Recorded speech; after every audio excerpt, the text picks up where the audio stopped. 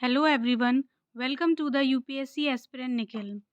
तो general science series का आज का हमारा टॉपिक है सेल साइकिल।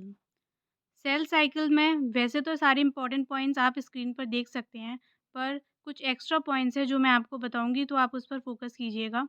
तो बेसिकली इसमें दो फेजेस होते हैं, दो बेसिक फेजेस चलेंगे। एक हमारा होता है इंटरफ़ेज़ और एक होता है एम फ़ेज़। एम फ़ेज़ में देख सकते हैं आप कि इंटरफ़ेज़ चलेगा, फिर एम फ़ेज़, इंटरफ़ेज़ फिर एम फ़ेज़। तो यही सेल साइकिल की प्रक्रिया होती है। यहाँ पर एम फ़ेज़ में एम का मतलब माइटोटिक फ़ेज़ होता है। तो जो इंटरफ़ेज़ होता है ना, बेसिकली इसमें क्या होता है, 3 फ़ेज़ेज़ चलते हैं हमारे। कौन-कौन से? जी1 फ़ेज़ होता है, ठीक है? और एस फ़ेज़ चलता है और जी2 फ़ेज़ होता है। जी1 का मतलब होता है गैप 1 और एस फ़ेज़ का मतलब होता है सिंथेसिस, और जी2 को भी गैप कहते हैं। बेसिकली गैप 1 एंड गैप 2 होता है ये, ठीक है? तो होता क्या है इंटरफ़ेज़ में, जैसे कि आप इस डायग्राम में देख सकते हैं कि जी1 से लेके जी2 जी2 तक जो भी ये फ़ेज़ दिखाया गया है, ये पूरा कहलाता है इंटरफ़ेज़। जी1 से लेके एस फ़ेज़ तक ये पूरा क्या है, हमारा इंटरफ़ेज़। जीवन में क्या होता है, ग्रोथ चलती है, और एस फ़ेज़ में क्या होगा, डीएनए डुप्लीकेशन होगा, सेंट्रियोल का डुप्लीकेशन होगा।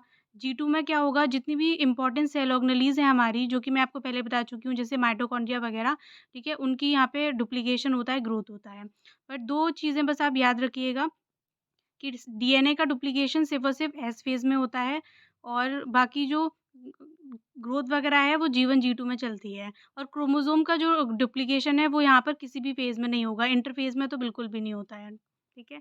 तो इंटरफ़ेज़ ये हमारा खत्म हो गया। नेक्स्ट एम फ़ेज़ की बात करें तो ये यहाँ पे माइटोटिक फ़ेज़ होता है।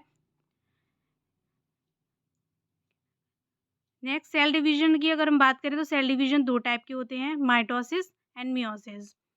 माइटोसिस में क्या होता है, माइटोसिस जो होती है ना, ऑल काइंड्स ऑफ सेल, मतलब हर तरीके के सेल में माइटोसिस होती है। जबकि मियोसिस जो होती है ना, सिर्फ़ और सिर्फ़ जर्म सेल्स में होती है। सिंगल सेल डिवीज़न होता है, मीन्स माइटोसिस में कितनी 2 डॉटर सेल्स बनती हैं, जबकि मियोसिस में क्या होता है, 4 डॉटर सेल्स बनेंगी, ठीक है?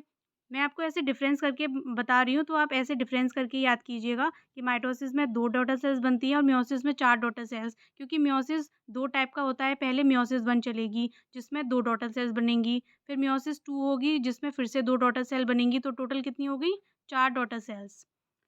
नेक्स्ट मियोसिस में नंबर ऑफ क्रोमोसोम, जैसे कि मैंने कहा था कि सेम रहेंगे, उसमें बिल्कुल भी क्रोमोसोम में चेंज नहीं आता।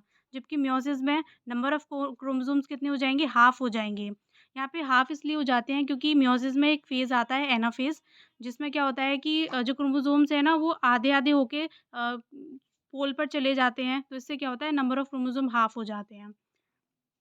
नेक्स्ट माइटोसिस जो है ये किस-किस में मदद करती है, ग्रोथ करने में, रिपेयर रिपेयर करने में, टिश्यूज़ को रिपेयर वगैरह करने में, और डेवलपमेंट में। इन तीनों कामों में माइटोसिस जो है हेल्प करती है। मियोसिस जो होती है ना, helps in the production of haploid gametes, ये हैप्लॉइड गैमीट्स बनाती है, ठीक है ना? जैसे कि ओवम हो गया, स्पर्म हो गया। एक चीज़ याद रखिएगा कि माइटोसिस जो होती है ना, उसमें क्या होता है कि कोई भी प्लॉइडी जो है वो चेंज नहीं होती, मतलब कि अगर 2n है तो वो n ही रहेगा, ठीक है? और अगर कोई n है, मतलब 2n है तो 2n ही रहेगा, और n है तो n ही रहेगा, तो इसमें कोई चेंज नहीं होता है, ठीक है? जबकि मियोसिस में क्या होता है, मियोसिस जो होती है ना, वो हैप्लॉइड सेल्स में नहीं होती, मियोसिस सिर्फ़ और सिर्फ़ डिप्लॉइड सेल्स में होती है। तो मियोसिस अगर होगी तो कोई भी जो डिप्लॉइड सेल होगा, जैसे कि मतलब 2n है, तो वो क्या हो जाएगा, एन में कन्वर्ट हो जाएगा। तो आप देख सकते हैं 2n से n हो गया, मतलब हैप्लॉइड हो गया, ठीक है?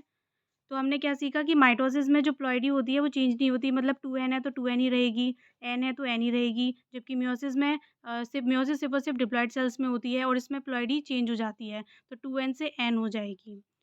तो ये था हमारा आज का टॉपिक, तो आप इसे रिवाइज़ कीजिएगा, और जो भी क्वेरीज़ हैं आप कमेंट्स में कर सकते हैं। And please subscribe my channel, and thanks for watching.